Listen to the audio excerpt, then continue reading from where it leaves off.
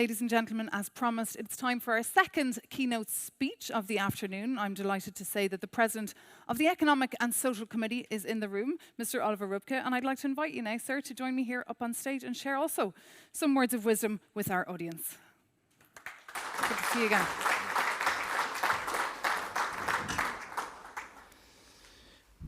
Thank you very much, Maeve. Dear ladies and gentlemen, dear colleagues, first of all, thank you very much for inviting me to speak on behalf of the European Economic and Social Committee and to contribute to this important event here and to share some ideas how we can shape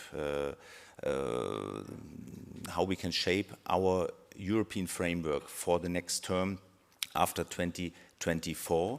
To be honest, I brought some ideas with me, but listening to the Prime Minister, I was really, I would say delighted by your speech, and of course I was compelled to reply to some of it. Being an Austrian, when you're speaking about Schengen, I would like to echo what you have said, and I can assure you that in our committee, and not only in our committee, unanimously, we have 1 year ago, we have called the European Council to grant the Schengen membership for Romania and Bulgaria, and I'm quite sure we will do this very soon again. I fully agree with your assessment. I know the situation in Austria, but it's not only in Austria. We can see it. It can happen in many, many countries. And if we look to the Freedom Party or to other populist parties, I think we cannot allow them to set the agenda, and we should not allow them to, let's say, to come as a mainstream in Europe. I think this is important to all of us, and this is a commitment we all should give, and we should ask our politicians in member states and at European level also for the next mandate in order to have a strong and sustainable Europe which will fully respect its core values. I think this is out of discussion. So therefore, thank you very much, and I just can underline what you have said. I mean, I think we are meeting here in a venue which is also, which has a big symbolic, as we had in the 19th century, the first internal combustion engines here with a top high speed of 16 kilometers per hour. It was a revolution at this time. If we compare all the changes that we are facing at the moment, I think we are talking about speed of light, if not faster. We are constantly in motion, evolving, and Europe and the world is never asleep. And we can see that this is overwhelming for many of us. And I think it's important to have those events and think tanks to keep the overview about possible and necessary next steps. The world has been grappling with a series of crises. We're all aware of this, from climate change and energy shortages to global health challenges, food insecurity, and the profound impact of new technologies. So our global agenda is definitely far from simple. We have seen that crisis-induced migration, cost of living crisis, question of affordable housing, if mismanaged or poorly addressed, can have serious consequences on national elections. I'm coming back to the results or the situation not only in Austria but also in the Netherlands, and once again it can happen everywhere in Europe. And I think this year annual EPC conference comes right ahead of the major milestones for the European Union. The first milestone, in my opinion, is the adoption in June next year of the EU Strategic Agenda 2024 to 2029, setting up the EU's political priorities for the future. We have to take this opportunity to collectively switch from a crisis mode, in which we are just reacting to urgencies, to a more strategic, structured, and long-term approach. And these challenges compel the EU to develop strategic foresight, so to anticipate the future, get prepared to it, and try to shape it according to our values and our needs. That means we have to proactively identify and interpret megatrends, find gaps in legislation, and systematically embed the foresight dimension in our discussions.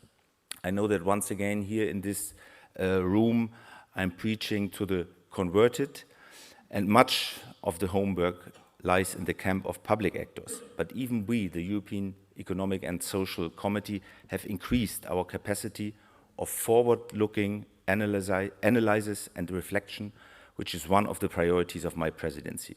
It is now the time to change gears and translate this ability into action, policies, and means.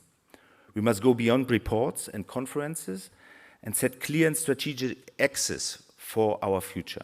And we need to allocate to them those funds, private and public, that are needed to implement them.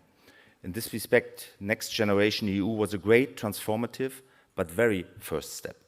What is now needed here is to include a real sovereignty fund, a real EU sovereignty fund in the multi-annual financial framework, but also completing the Capital Markets Union to mobilize private capitals to fund the twin transitions and the huge challenges ahead of us.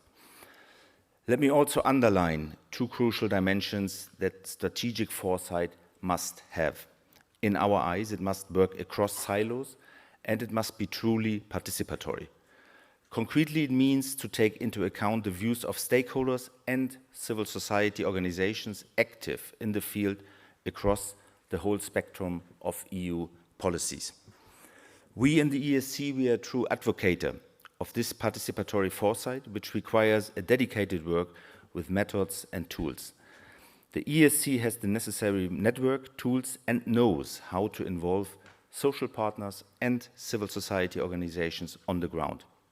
It is the civil society who can really see and feel how things are going on the ground. They are the first ones to experience the evolutions and megatrends. More importantly, they can feel signals that may not be seen in the capitals or in Brussels yet. To do so, we count, of course, on our members in the ESC, on our networks of civil society organizations, but we want also to cooperate stronger with EPC and other relevant EU and national level think tanks. This was one of the points of my manifesto when I took office in April, where I called for structured cooperation with think tanks via our think tank initiative. The second milestone is even closer to us in time, and that was also mentioned by the Prime Minister. And when it comes to strategic choices for our common future, I think there are not a lot of things that are, I would say, closer or higher on the agenda than enlargement. I think once again, enlargement is or was always something which has stabilized in the end both our neighborhood in the EU, but also the EU itself. Because if we don't enlarge the EU, if we don't react to the demands of countries, of candidate countries, it will simply lead to a destabilized region around us. So I think we cannot allow this. So this is definitely high on the agenda, and next week will be crucial, not only for certain candidate countries, such as Ukraine and Moldova, but also for the EU. And first of all, it's not about dates. This process needs to be carefully prepared and accompanied on the long run with concrete steps. And here I would like to echo what recently the foreign minister of North Macedonia